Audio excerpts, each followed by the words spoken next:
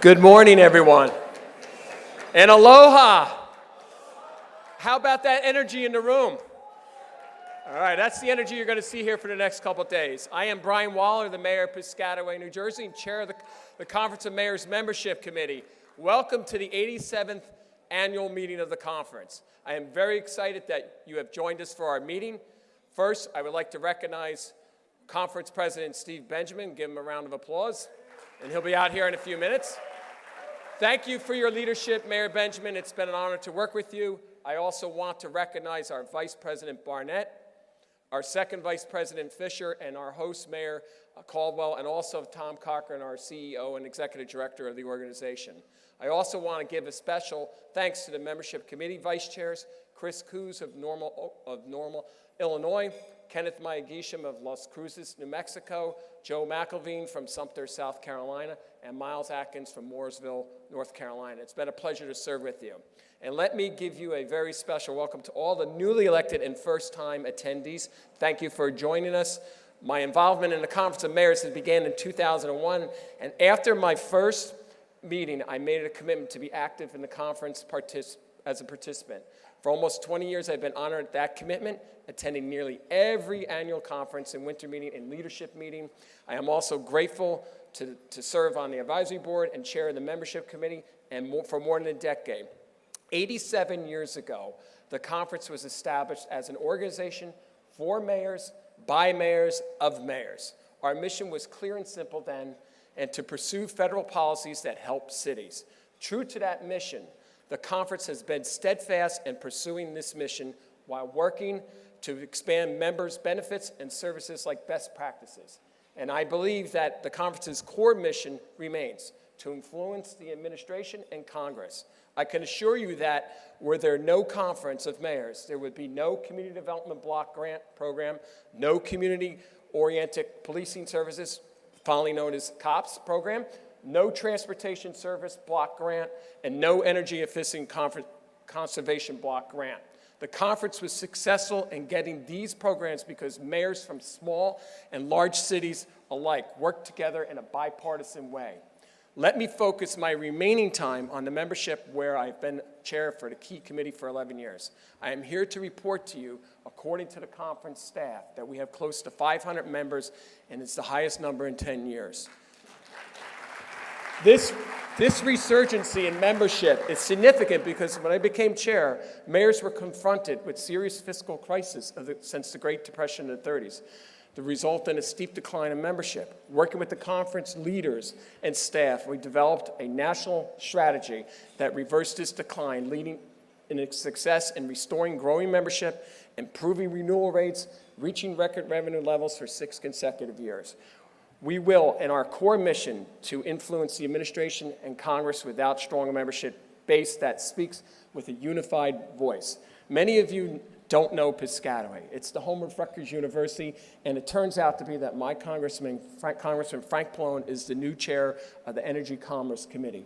By some estimates, 60% of the federal legislation that will originate from the committee referred to that committee, so it has been done this year. We advanced key conference priorities, including reauthorization and full funding of the Energy Efficiency Block Grant Program with the House Energy Commerce Committee. I testified before the full Energy Commerce Committee and in favor of infrastructure bill that reauthorizes the Energy Block Grant and provides with over $3.5 billion annually for the next 5 years. Joined Congressman Pallone in a press conference touting the needs for legislation that supports cities, telecommunication, water, energy, and climate needs. I will continue to work with my Congressman Pallone on these conference priorities and other emerging issues, autonomous vehicles. At lunchtime, we will hear from House Transportation Committee Chair DeFazio, whose mayor, Lucy Venus, like me, has been working to advance conference priorities.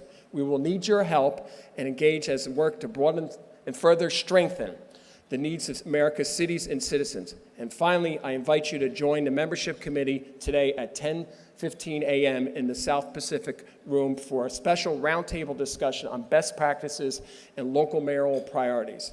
Now, I'd like to introduce our president, Columbia Mayor Steve Benjamin. Let's give him a warm welcome here. Our good friend, Mayor Benjamin. It's okay to stand up. It's okay to stand up.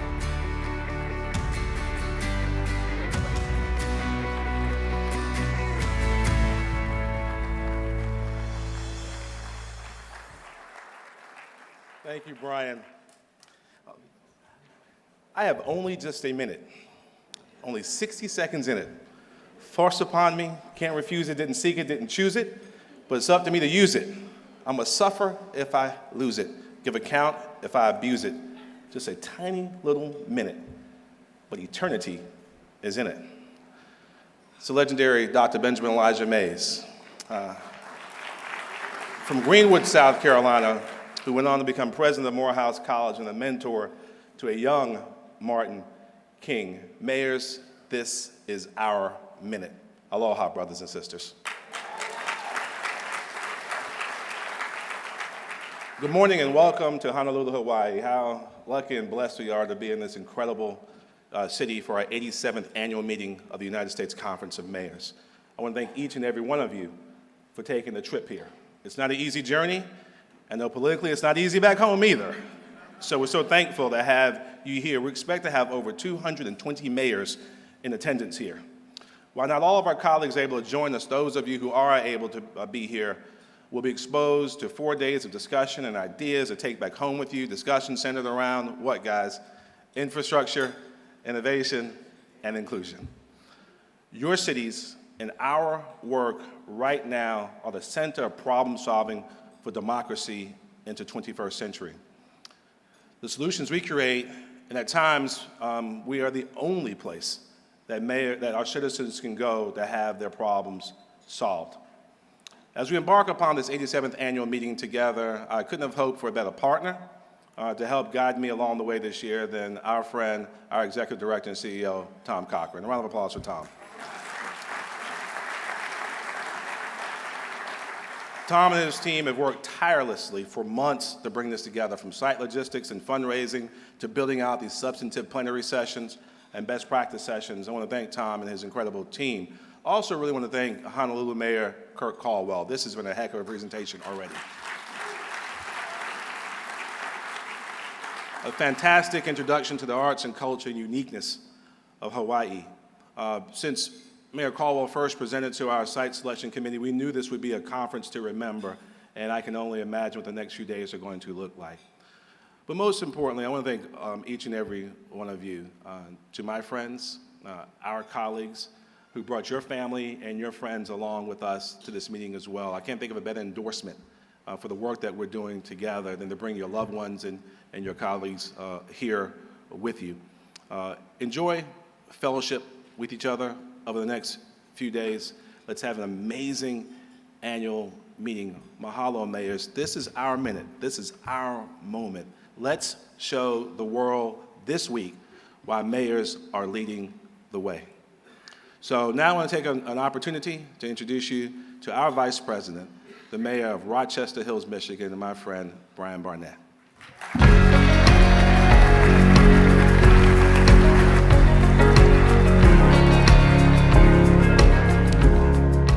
Well, aloha.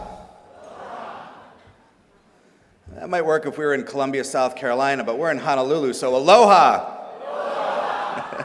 Much better. I waited till Steve got off stage to knock his city, if you noticed that. I'm so privileged and honored that you're here today, and we're excited to welcome you here. And certainly want to thank those mayors that have come before me here. Mayor Waller, thank you for your outstanding leadership of this committee. And Mayor Benjamin, for your outstanding leadership of this organization. We have had an incredible year. You're going to hear a lot more about it over the next few days. But Mayor Benjamin has been a tremendous friend and a tremendous partner. Let's give him one more round of applause for... As Mayor Waller and Mayor Benjamin both stated, and I think truthfully this is really an important time. It's important as we begin this session here in Honolulu, this annual conference, to begin really with a celebration of who we are as an organization and so many of the things that we've been able to accomplish. We hope that over the next few minutes, you will get something out of this very first session on our very first day. We've been intentional about that, so we hope that the panel that we've gathered and the topics that we're going to talk about are going to be a real treat. At least that's our purpose this morning. You know, as I stand in front of you this morning, I can tell you that we are currently the largest gathering of mayors anywhere on the planet, here to advocate for our cities and, of course, for our residents. Each of us here has a unique story on how you got both to becoming mayor and how you ended up here in Honolulu this morning. For some of you, this might be your first experience. We don't meet in Honolulu every year, just so you know, although it might be a decent thing to run past the team.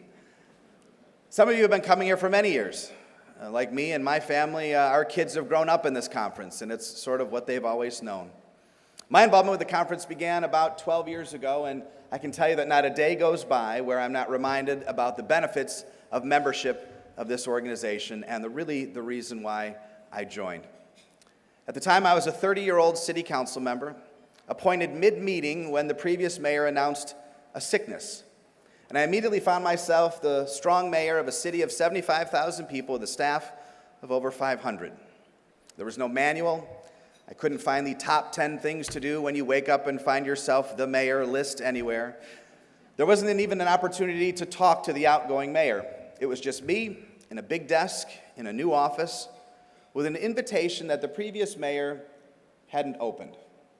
It was an invitation to the conference's summer meeting in June. So I took a chance. I signed up. I knew no one. I brought no staff.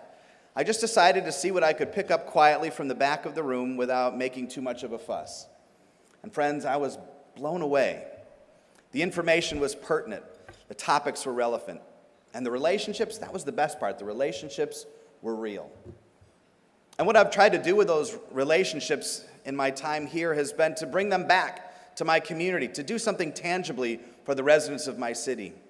That's resulted in relationships with the Business Council, members that you'll see out in the hallways here that have come back, that have allowed me to implement programs that have both saved money in my city budget and improved services for my residents. I've been fortunate to attend the Mayor's Institute of City Design.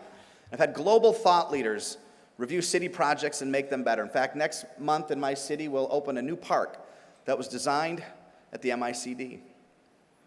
And I don't know how many of you in the audience today have attended the Mayor's Institute of City Design, but it's one of the best programs that our organization has to offer.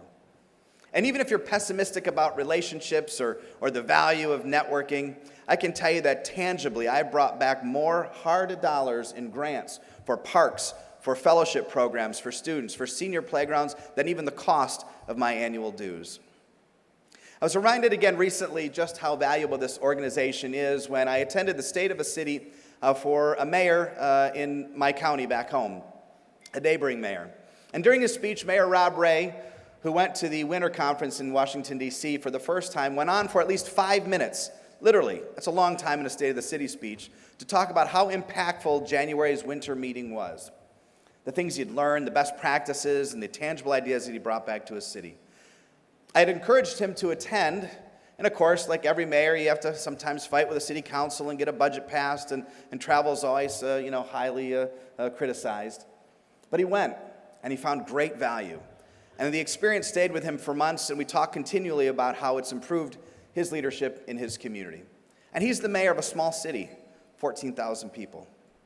So if you're thinking that the conference is designed exclusively for large city mayors and big city issues, I'm going to challenge you to reconsider that perspective. In fact, we know that, as we're talking about membership this morning, the future of this organization lies in the growth and our expansion in cities with folks with less than 150,000 people in their population. You are the folks that will make us grow and the heartbeat of this organization. So whether you're thinking about joining or whether you're a member for so many years, the question is why? Why join or why stay? Well, one of the things I hear all the time is about how collegial this group of people is. Yes, we engage in debate. We all don't support the same presidential candidates, and we disagree on occasion on issues. But it's much different here.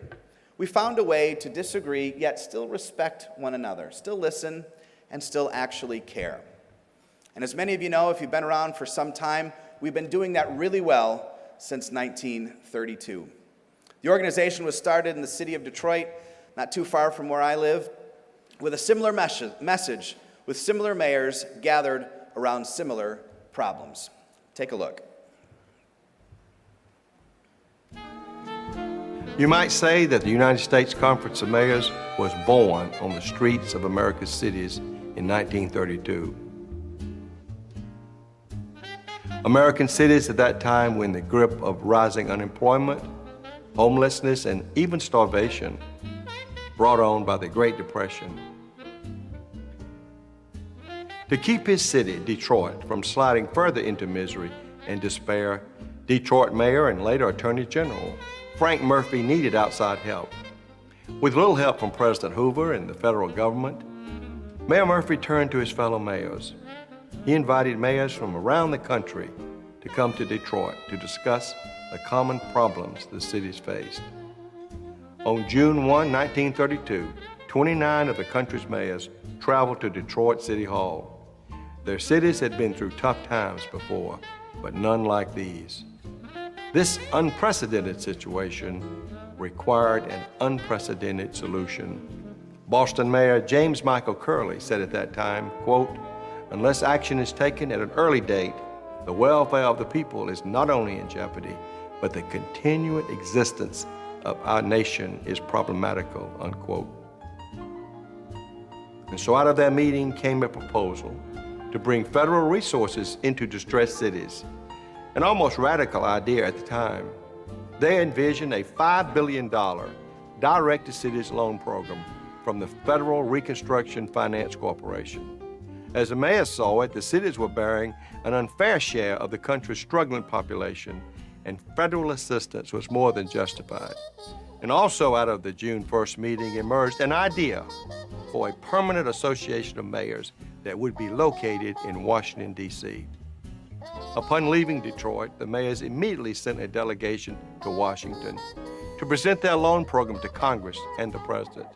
And later that year, the Congress passed the Emergency Relief and Construction Act of 1932, giving the RFC authority to make direct investments in economically depressed cities. And early the following year, on February 17, 1933, the mayors met again, this time in Washington, D.C. at the Mayflower Hotel. Mayor Murphy had in hand a proposed constitution for a new organization that would advocate for the rights of cities. And Milwaukee Mayor Dan Hone put forth a resolution in support, and in short order, the United States Conference of Mayors became a reality. The mayors later met with new President Franklin Delano Roosevelt to help bring our cities and nation out of the Great Depression. 87 years later, absolutely. 87 years later from the filming of those moments, the position of the conference is stronger than ever. And the purpose and mission of the conference remains just as relevant today, no matter your party affiliation, your geographic location, or the size of your city. I can tell you personally and unequivocally that Rochester Hills, Michigan has benefited directly through the advocacy, the points of view on public policy, the best practices, the institutes, the business connections, the grant opportunities, and the networking, all facilitated and made possible through this organization. And as I said, whether you've been affiliated with this conference for 15 or 20 years, or whether this is your very first meeting, and by the way, if this is your first meeting, would you please raise your hand so we can welcome you appropriately? Or our first-timers out there.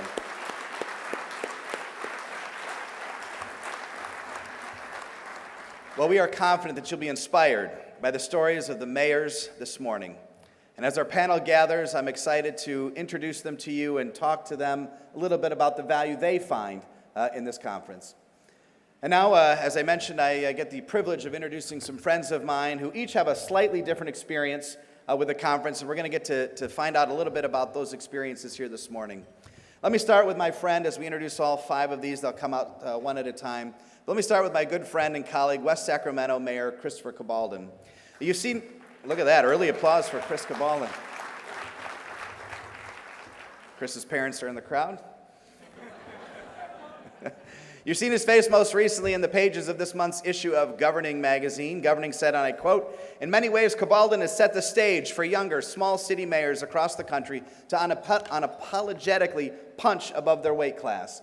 West Sacramento is often at the surprising forefront of municipal policy and experimentation," end quote. I'm sure we'll hear a little bit more about that. The unapologetic mayor of West Sacramento, Christopher Gabaldon.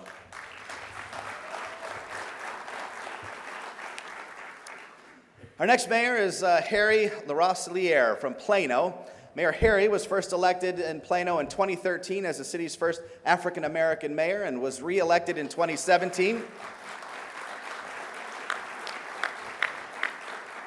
He was re-elected despite his somewhat questionable choice of campaign slogans, Mayor Harry, honest enough.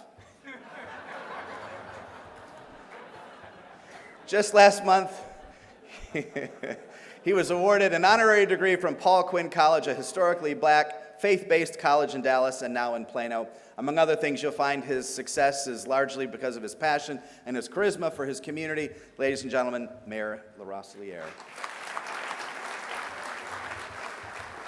I guarantee you when you see this next mayor, she will be smiling because she always is. Mayor Hillary Sheevey is one of my favorite mayors. She has been the mayor of Reno since 2014. Many of you know her through her energetic and inspirational leadership as chair of the Tapes Committee, Tourism, Arts, Parks, Entertainment, and Sports Standing Committee, and she's also the nation's #1 Burning Man advocate extraordinaire. Politico has recently recognized her as one of America's most interesting mayors, and I couldn't agree more. Mayor Hillary Sheevey. Our next mayor is the epitome of cool. Mayor Francis Suarez was elected the mayor of Miami by a mere 86 percentage points in 2017. In addition to crushing his competition, he's been an active member of the United States Conference's Advisory Board, and his cities hosted last winter the conference's successful leadership meeting. His perspective will be interesting today because, as I mentioned, he just got elected in 2017, yet he's jumped in with both feet, and I'm sure in taking the reins of one of America's most exciting cities, he'll have some interesting things to share. Mayor Francis Suarez. Our final mayor is a really good friend of mine. We live pretty close to each other. She's a great colleague from the state of Michigan. Mayor Karen Weaver from the city of Flint holds a PhD in clinical psychology and became the first female mayor of Flint in 2015. She is well known for her leadership, perseverance. I know her for her compassion and grace, the way she exhibited in stewarding her city through one of the most difficult infrastructure crises in American history. She is now guiding her city through an economic rebirth, and I'm just pleased that she's here. She's become a great friend. Ladies and gentlemen, Dr. Mayor Karen Weaver. And finally, we don't have any kind of party or gathering without our conference leader. Let me introduce our CEO and executive director of the U.S. Conference of Mayors. He loves his Georgia Bulldogs, his incredible political stories dating from, I think, the 20s, nearly every decade. He has unprecedented knowledge of this organization and this nation. He leads with passion and vision, our CEO and executive director, Tom Cochran.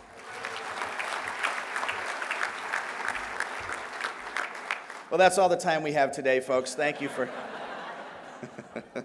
Now let's start, Mayor Cabal, let's start with you. As I mentioned in your introduction, some might think that this conference is sort of built for large cities. You have to have a football team or a baseball team or a major airport.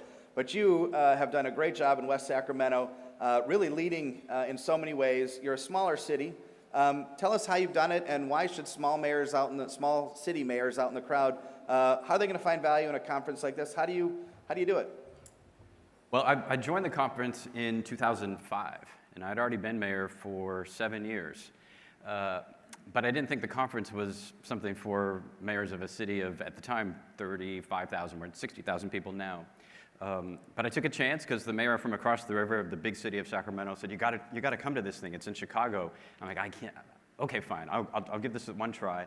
And I showed up, and all the skyscrapers in Chicago all the windows in the buildings lit up to say, welcome mayors, or something ridiculous. And I wasn't prepared for this. I thought I was going to a regular conference. And when I arrived, for the first year or two, I was seen and not heard. I was just so excited to be a part of this and to hear extraordinary people who, unlike some other city organizations I was involved in, nobody was complaining about the state and the federal government. They were just showing their latest innovation. their anticipation of being able to solve real problems and take a big advantage of opportunities for their city. And I started to see people like the mayor of Louisville with this, this innovation of asthma detectors, using them to figure out how to deal with pollution throughout the city. I thought, well, we're no Louisville. Someday I hope to meet the mayor of Louisville. That would be so cool. But what a great idea. Maybe I could get one of those sensors in my own city. The next day I met the mayor of Louisville. A couple of months after that, I went to Louisville. We went on a bike ride. What this conference said to me was, even though I was in the seen and not be heard mode of a small city mayor, was there were no small city mayors here.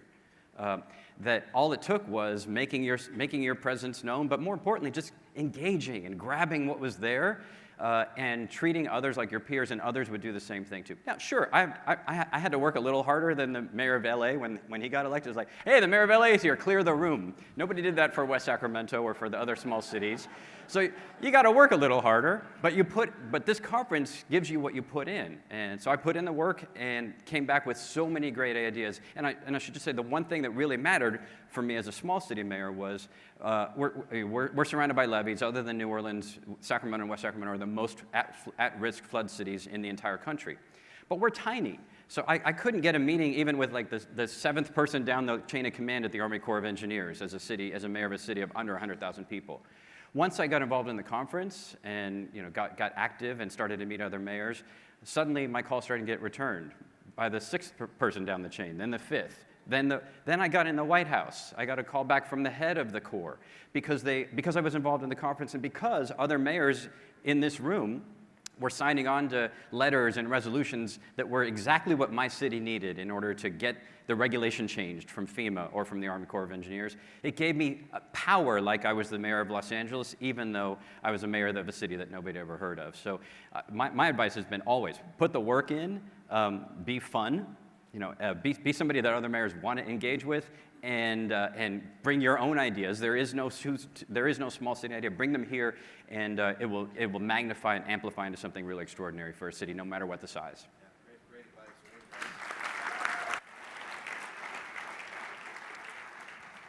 So Harry, you've been around for a little bit longer than some of the other folks on the panel, maybe the exception of Chris. How has your involvement grown since you first were elected, and how is Plano specifically benefiting from the time and energy that you put in the conference? Well, unlike Chris, Mayor Cabalda, I had my bar a lot lower. He wanted to meet the mayor of Louisville. I wanted to meet the mayor of Rochester Hills, and I was severely disappointed when it happened. I just got to say that right off the bat. But I'll say this, and I'm going to echo some of the words you just heard. If you work the U.S. Conference of Mayors, the U.S. Conference of Mayors will work for you.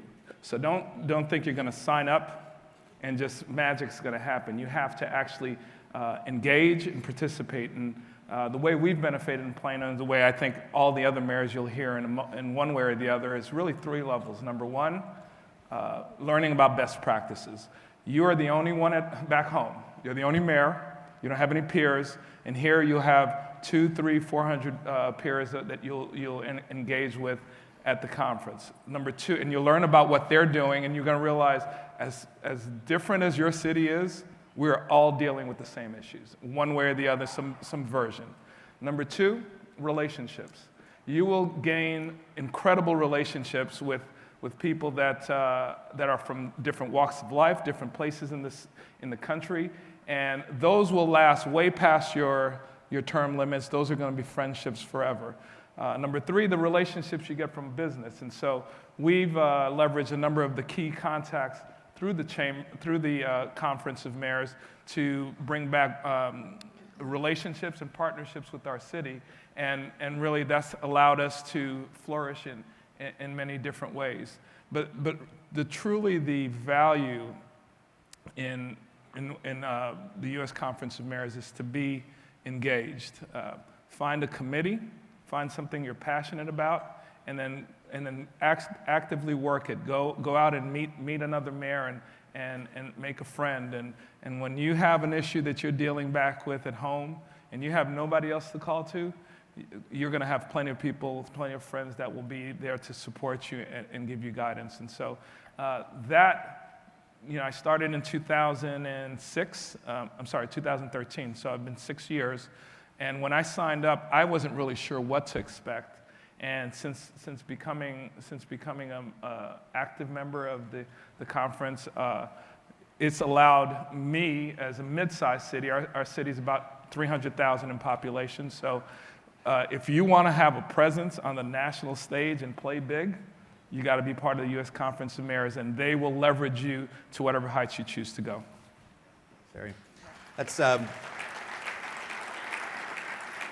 That's really good advice, and the theme you've heard so far is it does take a little work to get engaged, and I would echo those comments. I know, coming from Michigan, we have a Michigan Municipal League, we have a Southeast Michigan Council of Governments, but those organizations, while strong, would never have allowed me to meet any of these individuals at the dais today. So certainly good things to take back. Now, Hillary, the last time I saw you, you were judging the Miss America pageant on. Miss USA pageant on television. I said, I know her. I know. You've done some great work. Obviously, you're known in this organization for your work with arts and culture. But obviously, one of the things that this organization does really, really well is grants and connecting folks and connecting communities with cash opportunities to improve things back in their home communities. Tell us a little bit about your experience and what should folks know about getting involved in that aspect of the conference. Well, and that's very true. A lot of you in your city are always trying to find every dollar and every dime to, make programs work and things like that. So I was blown away about the grants that we have access to. There's some incredible organizations that we've received grants from, like DollarWise, Americans for the Arts have been tremendous. Having those kinds of opportunities and access to grants can really change the dynamic of a program. I'm going to be talking about Reno Works program later on today, about how we have sort of taken our homeless population and gotten them services through these grants to find housing and workforce opportunities. And that really came from the Conference of Mayors. Not to mention, you talked about Miss USA. I actually met someone from Endeavor here at the conference who said, hey, do you think that Reno would be interested in hosting some of these events that Endeavor brings in? And that really came from the Conference of Mayors. The sort of exposure that you can bring to your city is bar none some of the best that you can ever come across. So don't ever underestimate what this can also bring to your city, because it has been truly phenomenal. Not to mention the mentoring you receive. My mentor is here. That's Mayor Kautz. She's right there. She's 24/7 mayor. I love her to pieces because, quite honestly, only you as a mayor are going to understand what it feels like. Your police chief isn't. Your city manager isn't going to understand, but other mayors in this room are going to understand. I can call her 24/7, and not to mention, if you've ever had an issue, very likely another mayor in this room has had the same issue. Am I right? I see all the mayors going, yes. Yes, so we can totally understand. The other thing I will say, when I got to the conference about 5 years ago, I'd walk in the room, they'd say, where are you from? And I'd say, Reno, and they go, oh, Reno 911. Oh, no. No. So my job, or one of my goals as mayor when I walked into, this position was to really rebrand my city, because people, had this idea of Reno that was, it was not so great. So I wanted to rebrand our city, and honestly, we did a lot of that through Conference of Mayors. So don't ever underestimate the exposure it can bring to your city. Yeah, great advice. So Francis, you're probably the newest elected official on the dais today, but you've jumped right in, and you've already gotten yourself into leadership. You've already hosted some meetings in Miami. Tell us about your strategy and how's it paying off, and how's the city of Miami benefiting? Blessed that my predecessor's predecessor, Mayor Manny Diaz, was a president of the U.S. Conference of Mayors, so I had someone that could help guide me. Obviously, become very close to the president and to yourself and Mayor Fisher. And of course, my father was mayor. You better mention him. He might be watching this, so I gotta be real careful. But first, I've always said that this is the best support group, as was mentioned, you have mayors here. My first conference was, annual conference was last year. I've been mayor for a year and a half. And I've tried to really get involved in terms of taking advantage of opportunities to go and speak across the country on issues that are important to the city of Miami. I've been on panels in San Francisco, in Austin, in Washington, D.C., and of course we've had multiple events in Miami, including the Mayor's Institute on City Design, which was a phenomenal review of our Miami 21 zoning code and finding ways, of course, to deal with some of the urban issues that, as was mentioned, many of our cities have: affordable housing, transportation and traffic, the income inequality gap in our community. So, being a member and a proactive member of the conference has helped me. Also, being chair of the Environment Committee has given me not only national prominence on an issue that's important to our viability as a city, an existential issue for us, but I was named recently to a global commission on adaptation that was started by Bill Gates, former Secretary General Ban Ki-moon, and the president of the World Bank. So because of that, we're going to be establishing a global center on adaptation in the city of Miami. So that is a major, major victory for climate change in the United States and in Miami. And all of it I trace back to my involvement with the U.S. Conference of Mayors. So if you are proactive, if you get involved, the return on investment, as you were saying, Mayor, is significant for your community. Good comments. Mayor Suarez has jumped in, and like I said, for folks that want to continue and get involved, talk with Mayor Suarez, because he really has done a nice job so far. Thank you for being here. Mayor Weaver, it's good to see you. We just hugged just before we came out on stage. You kind of have a little different perspective, still one that is incredibly important, but you obviously came into office and had a whole list of things you wanted to do, and then everything changed in a heartbeat. You weren't mayor of any other city before Flint, if I recall, and so you were thrown right into the fire and had an experience with the conference relatively early on. Please share with us that story. Okay. It was a unique experience with the Conference of Mayors, because in December, I had gotten elected in 2015, November, and in December I declared a state of emergency. So by January, everything had been declared up at the federal level. And I remember I was inundated with just media from all over the place, and I get this call, and it's this guy named Tom. And I said, and my advisor is sitting there, and I said, there's this guy, I put it on mute, there's this guy named, he says his name is Tom Cochran with the Conference of Mayors. I'm thinking, is this even real? I don't even know, and I said, he said they're coming to stand with me. They're coming to stand with the residents of the city of Flint. And that was my introduction to the Conference of Mayors. And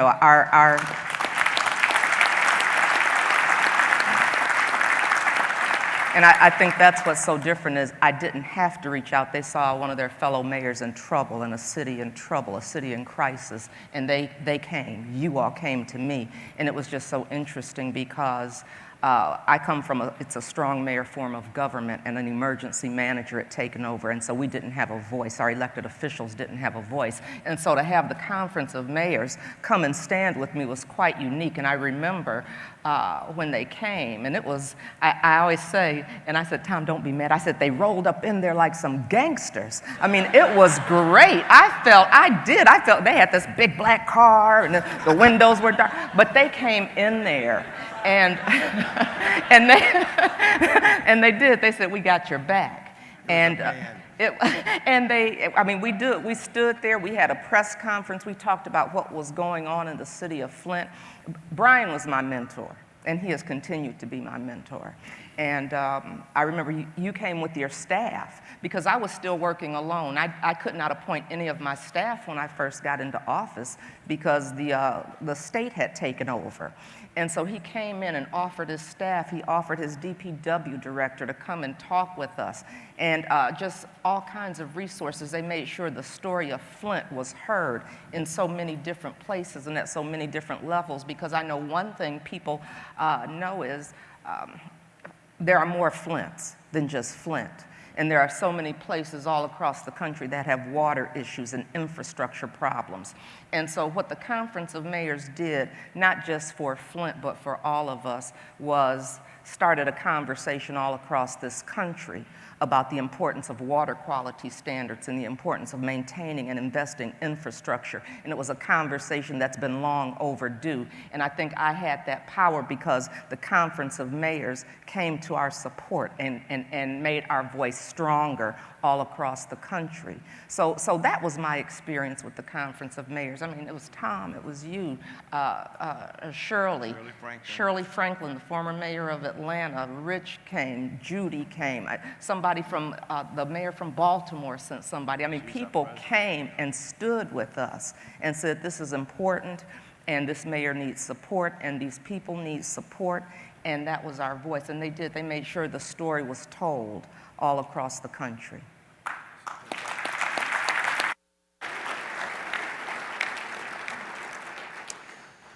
Well, Tom, you've been a part of this organization for a long time, our trusted leader. And as we talked about in the video, we've been doing this, mayors have been gathering for 87 years, but we find ourselves probably more relevant now than maybe we've ever been. The last 2 nights, there's been a mayor on the presidential stage, the debate stage, and I think more and more organizations, people, residents, the electorate are looking for mayors to lead. How has this organization remained so relevant, and why are you so optimistic on mayors right now?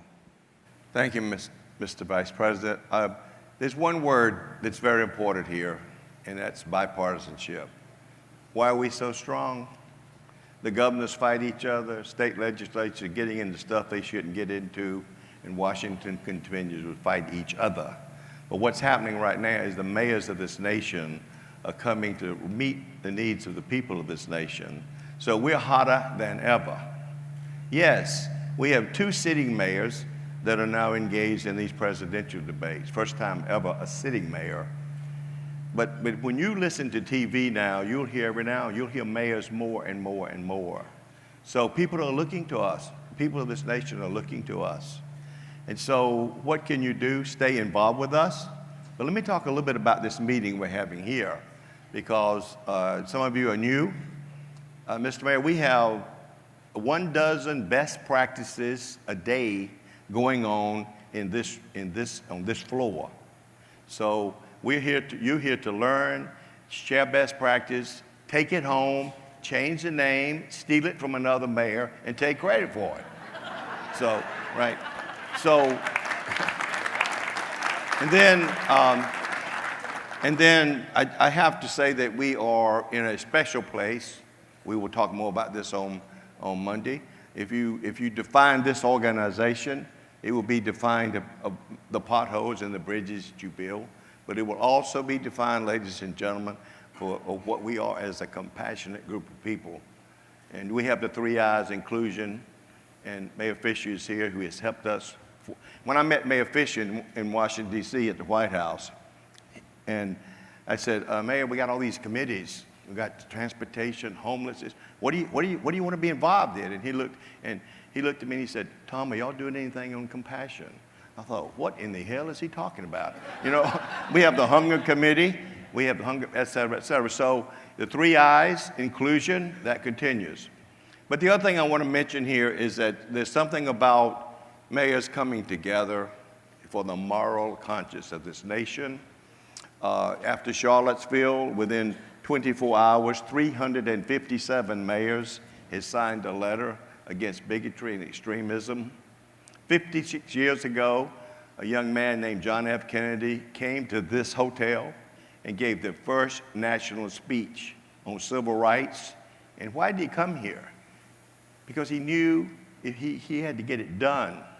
And he knew he could get it done working with mayors. His grandfather was a mayor. And when you see the speech and hear him, tomorrow morning we will show it to you. He will talk to you in a way that is almost the same issues that we're dealing with today. So where are we going? We're going to the border. We're going back to the border in July. And after that, we're going to LA. And after that, we're going to LA for our first youth summit. So we have to continue to talk about our heritage, but we have to stay with the future.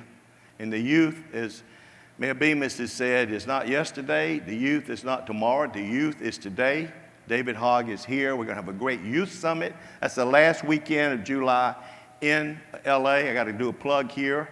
Mayors can bring 2 youths, and we can figure out the chaperone stuff later.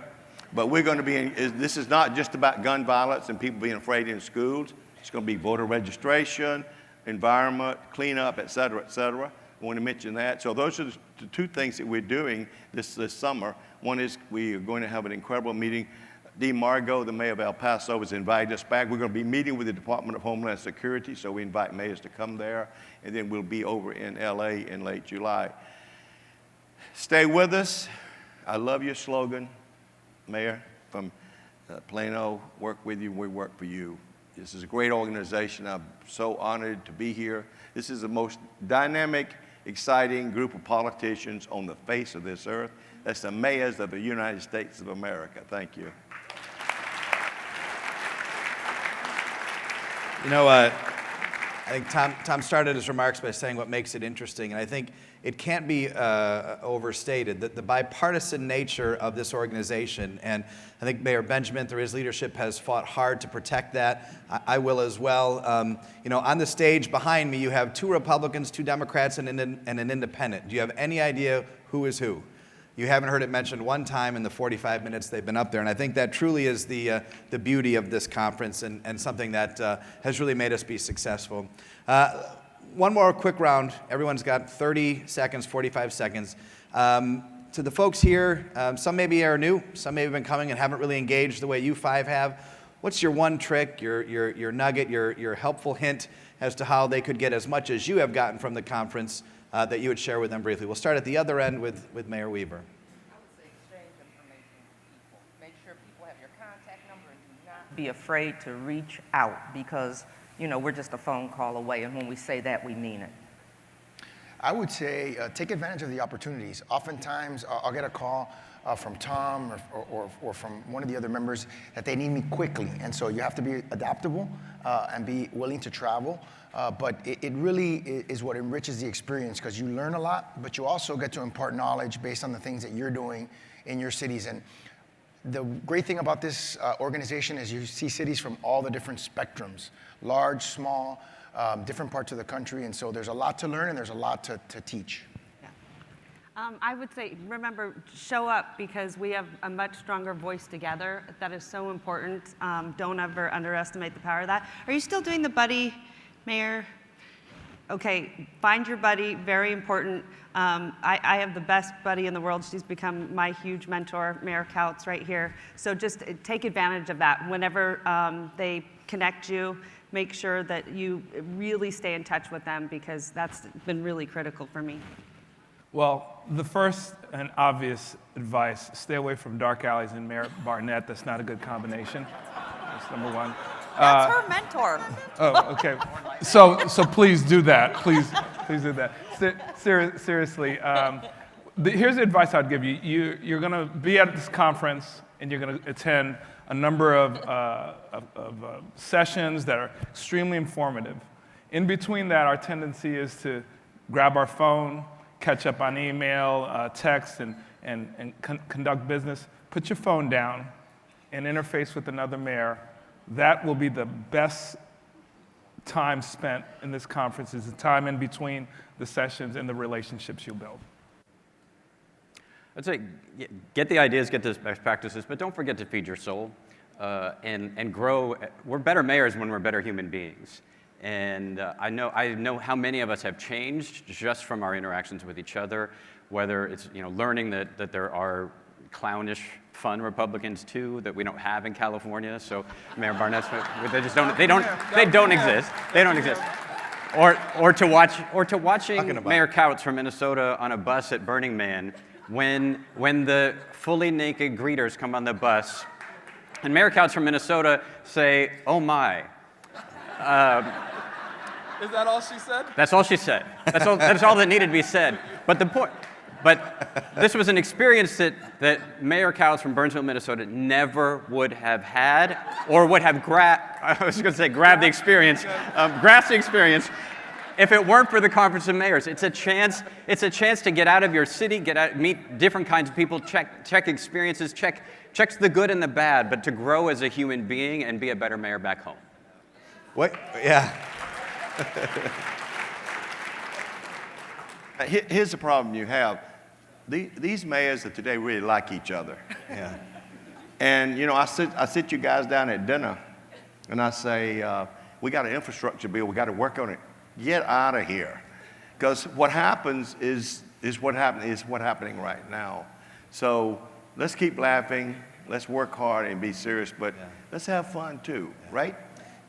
Yeah, thanks. You know, the relationships and the friendships are absolutely real. And I guess as we wrap this session this morning, I would just leave you with a couple thoughts. Number one, from a grants perspective, as Hillary has mentioned, I think every year from this stage out to you mayors attending, over $1 million leaves this stage and goes out to your community. So that's, somebody's clapping. Someone got a grant over there, so that's a big deal. And my tip, you know, in terms of, well, I think one of the things I'd mentioned that Mayor Cabaldon mentioned is, you know, over the last year and a half, I've had, you know, pretty much a private or personal audience with, I think, 9 or 10 of the president's cabinet members.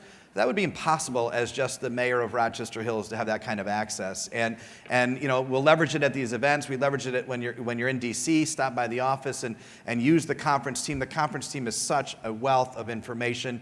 30 or 40 deep of some of the most brightest, sharpest minds on every single topic that you're dealing with. Don't reinvent the wheel.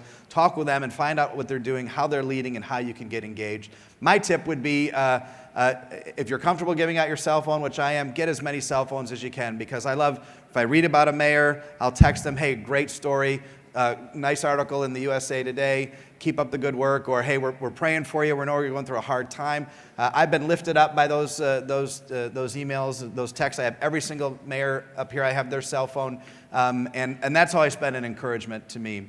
And the last thing I would just tell you, you know, these are just 5 of a really good group of mayors that are here today, you know, and listen to their experience. If you want to talk about someone who has managed through crisis, you've got a crisis back home, find Karen Weaver before you leave and talk to her about some of the things she's done offline. If you want to talk about someone who's dealing on the very front lines of climate, talk to Francis. I mean, his city is right at the forefront of that. You hear he's on a global panel.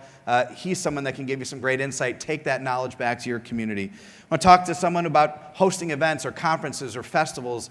Hillary, there's no better person in the country than what Reno's doing and leading in that space. She's doing a great job. And Chris, if you haven't do anything with innovation, Cabaldon is your guy. This guy is, I mean, of course, the timing is great because I think you're wearing the same tie, actually, the same little wooden tie. But that was in governing. But this guy, I'm a fan and a monster appreciator of innovation, and no one does it better. And if you want to talk about how to survive a crisis and still get reelected, Mayor Harry is your guy there. So don't ever knock when you don't have the mic last.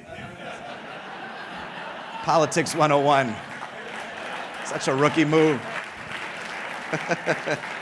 Hey, can we get a round of applause for the panel?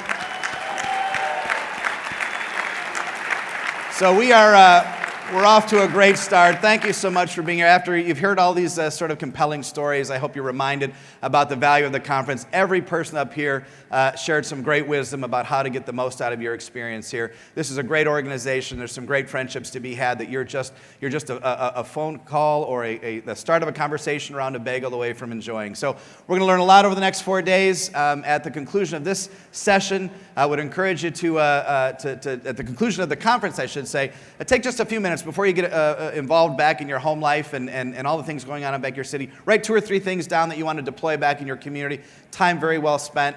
And before we break today, I'd ask all of the first-time attendees and new mayors to come up to the stage for a picture. Ladies and gentlemen, we are off to a great start. Here we go. Aloha, everyone. Welcome to Honolulu. Thank you.